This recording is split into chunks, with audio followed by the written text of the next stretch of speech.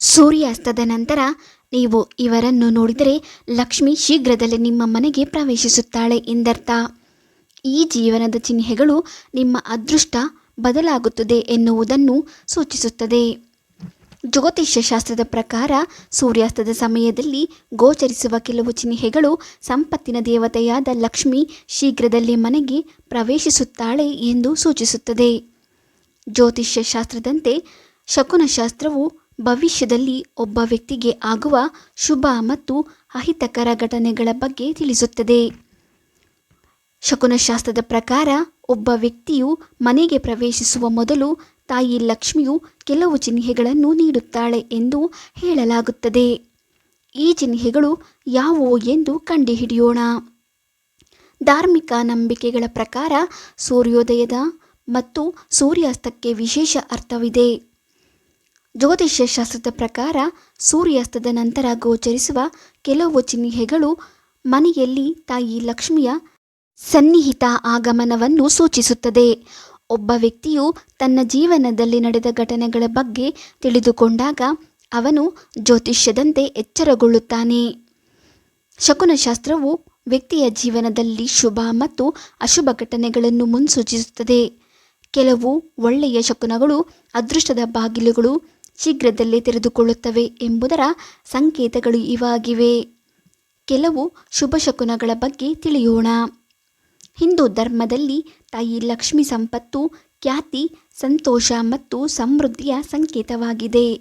ಲಕ್ಷ್ಮಿಯು ಆಶೀರ್ವಾದವಿರುವ ಮನೆಯಲ್ಲಿ ಹಣವು ಎಂದಿಗೂ ಸಮಸ್ಯೆಯಾಗುವುದಿಲ್ಲ. ಸಂತೋಷ ಮತ್ತು ಸಂಪತ್ತು ಚಿಕ್ಕದಲ್ಲ ಎಂದು ಅವರು ಹೇಳುತ್ತಾರೆ.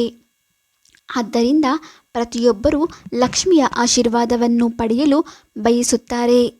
ಜ್ಯೋತಿಷ್ಯ ನಂಬಿಕೆಗಳ ಪ್ರಕಾರ ಸೂರ್ಯಾಸ್ತದ ನಂತರ ಕಂಡುಬರುವ ಕೆಲವು ಚಿಹ್ನೆಗಳು ಲಕ್ಷ್ಮಿ ಅಮ್ಮನು ಶೀಘ್ರದಲ್ಲೇ ನಿಮ್ಮ ಮನೆಗೆ ಭೇಟಿ ನೀಡುತ್ತವೆ ಎಂದು ಸೂಚಿಸುತ್ತದೆ. ಈ ಸುಳಿವುಗಳು: ಸೂರ್ಯಾಸ್ತದ ಸಮಯದಲ್ಲಿ ಪಕ್ಷಿ ಗೂಡು ಕಟ್ಟುವುದನ್ನು ನೀವು ನೋಡಿದರೆ ನೀವು ಶೀಘ್ರದಲ್ಲೇ ಹಠಾತ್ ಆರ್ಥಿಕ ಲಾಭವನ್ನು ಪಡೆಯುತ್ತೀರಿ ಎಂದರ್ಥ. ಸೂರ್ಯಾಸ್ತದ ನಂತರ ಸಂಜೆ ನಿಮ್ಮ ಮನೆಯಲ್ಲಿ ಬಹಳಷ್ಟು ಕಪ್ಪು ಇರುವೆಗಳನ್ನು ನೀವು ಇದ್ದಕ್ಕಿದ್ದಂತೆ ನೋಡಿದರೆ ಸಂಪತ್ತಿನ ದೇವತೆ ನಿಮ್ಮೊಂದಿಗೆ ಸಂತೋಷ ಪಡುತ್ತಾಳೆ ಎಂದರ್ಥ. ನೀವು ಲಕ್ಷ್ಮಿಯ ಆಶೀರ್ವಾದವನ್ನು ಪಡೆಯುತ್ತೀರಿ ಎಂದು ಇದು ಸೂಚಿಸುತ್ತದೆ. ಸಾಮಾನ್ಯವಾಗಿ ಜನರು ಹಲ್ಲಿಯನ್ನು ಕಂಡರೆ ಭಯ ಪಡುತ್ತಾರೆ. ಆದಾಗ್ಯೂ ಸೂರ್ಯಾಸ್ತದ ನಂತರ ಹಲ್ಲಿಯನ್ನು ನೋಡುವುದು ಒಳ್ಳೆಯ ಸಂಕೇತವಾಗಿದೆ. ಅದರಲ್ಲೂ 3 ಹಲ್ಲಿಗಳು ಒಟ್ಟಿಗೆ ಕಾಣಿಸಿಕೊಂಡರೆ ಲಕ್ಷ್ಮಿಯ ಆಗಮನ ಎಂದರ್ಥ.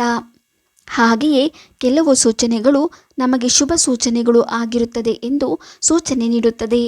ಈ ಅಂಶಗಳು ಸಂತೋಷವನ್ನು ಪ್ರತಿನಿಧಿಸುತ್ತವೆ. ಶಕುನಶಾಸ್ತ್ರದ ಪ್ರಕಾರ ಕನಸಿನಲ್ಲಿ ದೇವರನ್ನು ನೋಡುವುದು ಶುಭ ಶಕುನವೆಂದು ಪರಿಗಣಿಸಲಾಗುತ್ತದೆ. ನೀವು ಕನಸಿನಲ್ಲಿ ದೇವರನ್ನು ಭೇಟಿ ಮಾಡಿದರೆ ಆ ಕ್ಷಣದಲ್ಲಿ ನಿಮ್ಮ ಆಸೆಗಳು ಈಡೇರುತ್ತವೆ ಎಂದು ಅವರು ಹೇಳುತ್ತಾರೆ. ಹೇಗಾದರೂ ನೀವು ವಿಶೇಷ ಕೆಲಸವನ್ನು ಮಾಡುತ್ತಿದ್ದರೆ ಮತ್ತು ಎಲ್ಲೋ ದಾರಿಯುದ್ದಕ್ಕೂ ನೀವು ನೃತ್ಯ ಮಾಡುವ ನವಿಲು ನೋಡಿದರೆ ನಿಮಗೆ ಶೀಘ್ರದಲ್ಲೇ ಅದೃಷ್ಟ ಬರುತ್ತದೆ ಎಂದು ತಿಳಿಯಿರಿ. ನರ್ತಿಸುವ ನವಿಲನ್ನು ನೋಡುವುದು ಎಂದರೆ ಕೆಲಸದಲ್ಲಿ ಯಶಸ್ಸು.